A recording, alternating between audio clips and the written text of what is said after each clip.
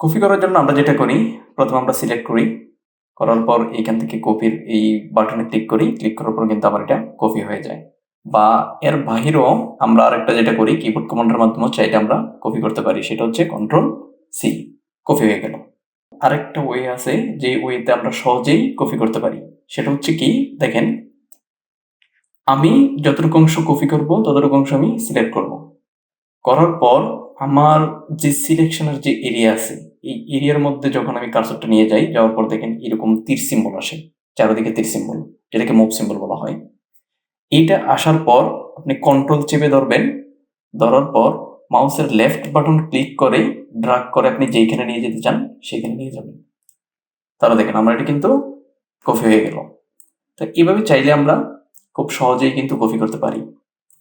কপির আরেকটা অপশন আছে, সেটা হচ্ছে আমরা যখন কপির পাশে যে ছোট্ট যে অ্যারো কি আছে সেটাতে ক্লিক করি, ক্লিক করার পর দেখেন আমাদের নিচে লেখা আছে কপি অ্যাজ পিকচার। এটার কাজ কি? তো এটার কাজ হচ্ছে আমরা যখন নরমালি কপি করি তখন আমার এখানে যে ফরম্যাট থাকে বা টেক্সট থাকে সেটা কিন্তু কপি হয়। তো আমি চাচ্ছি এইখানে যে টেবিল আছে সেই টেবিলটার একটা স্ক্রিনশট বা ইমেজ আকারে কপি হবে, যেটা আমাদের অনেক কাজে লাগে। অনেক সময় দেখা যায় আমরা ওয়ার্ডে ডকুমেন্ট তৈরি করি, সেখানে কিন্তু আমাদের এক্সেল থেকে যে ডাটা টেবিল আছে সেই টেবিলের একটা স্ক্রিনশট নিয়ে সেখানে কিন্তু ইউজ করতে হয় বা ব্যবহার করে থাকি। তো এই কাজটা করার জন্যই মূলত এই কপি অ্যাজ পিকচারটা ব্যবহার করা হয়।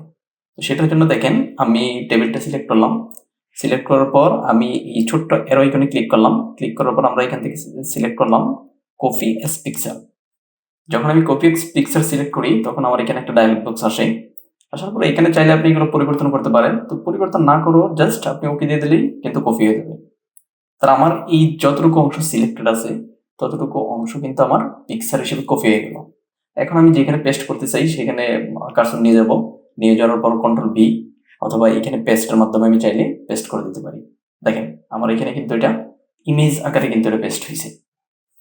তো এটা যে শুধুমাত্র এইখানে এক্সেলে করতে পারবেন বিষয়টা এমন না। যদি আমি এইখান থেকে চাই যে এটা কপি করলাম, ইমেজ হিসেবে কপি করলাম, কপি করার পর এখন আমি চাচ্ছি ওয়ার্ডে নিয়ে যাবো, তাহলে ওয়ার্ডে গিয়ে কার্সরটা ওয়ার্ডে সিলেক্ট করে দেন আমি এখানে পেস্ট করে দিলাম। তাহলে দেখেন এখানে কিন্তু আমার এটা ইমেজ আকারে কিন্তু পেস্ট হয়ে গেল।